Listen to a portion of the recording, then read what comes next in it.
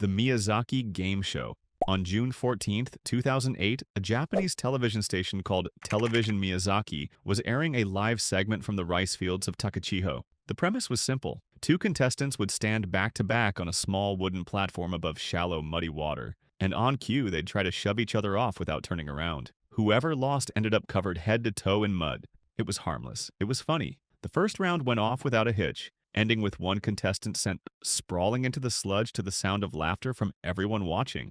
And it was that same energy that convinced one of the show's hosts, a man named Tetsushi Yanagita, to step up and try it himself. He wasn't a contestant, he hadn't trained for this, but for the sake of the segment, he agreed anyway. He lost his balance almost instantly. In a split second, he dove headfirst into the water below, expecting the same soft, muddy landing everyone before him had gotten. The water itself was only 6 inches deep. Beneath it was a thick bed of mud, and Yanagita's head struck it directly, snapping his neck on impact. He was paralyzed from the neck down in that single moment, unable to move, unable to lift his own face out of the water. However, the crew had no idea. To them, this looked like just another bit. Yanagita clowning around after losing, playing dead for a laugh. So, they left his face in the water. They pushed it down further. They splashed more mud on top of him to sell the joke. For 15 agonizing seconds, Yanagita lay there fully paralyzed, unable to lift his own head, slowly drowning while everyone around him laughed harder. Eventually, someone bobbed his head up out of the mud, but the moment of relief didn't last. They dunked him right back down before finally pulling him out for good and realizing something was very wrong.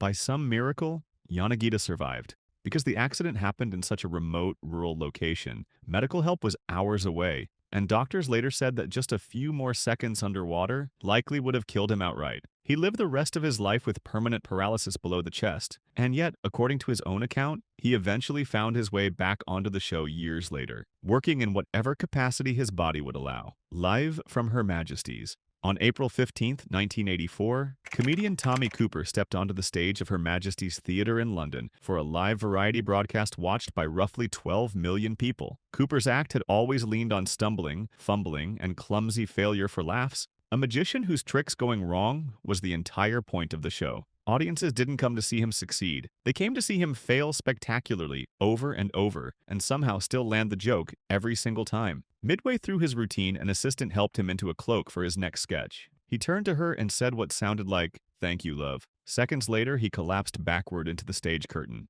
The audience roared with laughter. To them, this looked exactly like Cooper's act, another deliberate pratfall from a man whose entire career was built on falling apart on cue. Even the assistant standing beside him smiled, assuming it was part of the bit. What none of them knew was that Cooper was having a massive heart attack in front of all of them. As his legs twitched behind the curtain, host Jimmy Tarbuck stepped out to keep the crowd entertained, unaware anything serious had happened. Backstage, the crew scrambled to perform CPR, the dull thud of chest compressions barely audible under a comedy sketch. The producers pushed 2 other performers into doing just a few feet away, so the broadcast wouldn't have to stop. Cooper never regained consciousness.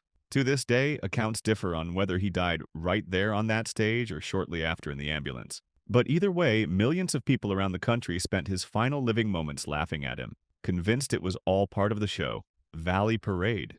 On May 11th, 1985, Bradford City hosted Lincoln City at Valley Parade Stadium in what was supposed to be a celebration.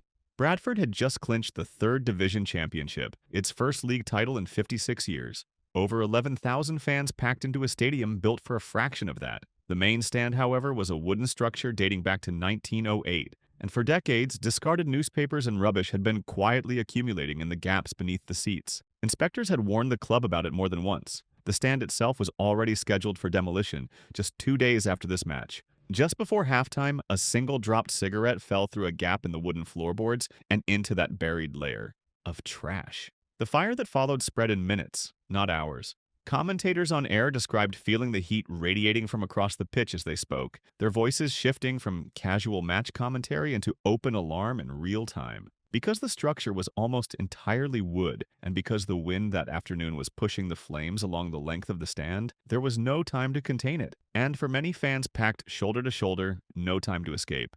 56 people died that day, and hundreds more were injured. Investigators later found several of the victims still pinned to their seats by collapsed roofing and debris, trapped in the exact spot where, moments earlier, they had been cheering their team's championship win. Over the edge, On May 23, 1999, a WWE wrestler Owen Hart was preparing for a stunt entrance at a live pay-per-view event in Kansas City. As his character, the Blue Blazer, a parody superhero gimmick, Hart was to be lowered from the arena rafters by a harness before releasing and dropping the final few feet to the mat, a gag intended purely for comedic effect, mocking a rival wrestler's famous entrance. The harness, however, was fitted with a quick-release mechanism that required almost no force to trigger. It had worked fine during a test run months earlier. This time, it didn't. It triggered early, roughly 78 feet above the ring. Hart fell, striking the ropes before landing hard in the ring below. Most of the arena never actually saw it happen. The lights were down, and a pre-taped video package was playing on the big screens at that exact moment. So almost nobody in the building or watching at home realized anything had gone wrong until commentator Jim Ross came back on air and told them twice that this was not part of the show.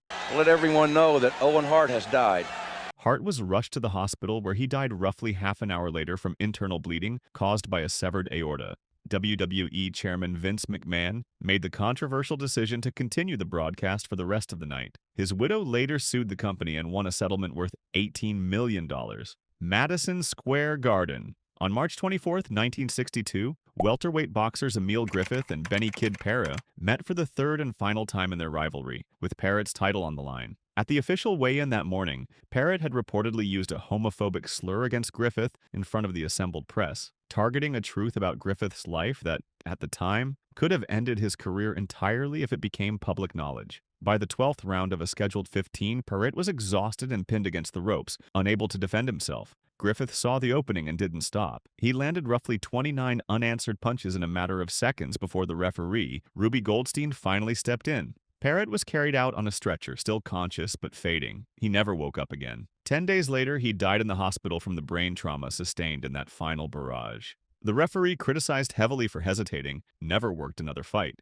Griffith would go on boxing for years afterward, but by his own admission, he was never able to throw a punch with the same intensity again, afraid for the rest of his career of what it might cost someone a second time. The Bryce Williams shooting. On August 26, 2015, reporter Allison Parker and cameraman Adam Ward of WDBJ7 were filming a routine morning segment on local tourism at Bridgewater Plaza in Virginia. It was meant to be an easy, forgettable assignment. Neither of them noticed the man approaching from the background of the shot. It was Vester Lee Flanagan II, a former WDBJ7 employee who had been fired years earlier and had spent the time since accumulating grievances against his old colleagues, filing complaints and struggling to find steady work elsewhere. He opened fire on live television. Viewers at home heard the shots before the broadcast cut away in confusion. Both Parker and Ward were killed on camera, along with a wound to the woman they had been interviewing. Flanagan later uploaded his own footage of the attack to social media before leading police on a brief, high-speed chase that ended with him taking his own life. Investigators recovered wigs, several disguises, and multiple false license plates from his car. If this video is still worth something to you, a like and a subscribe, make sure the next one reaches more people.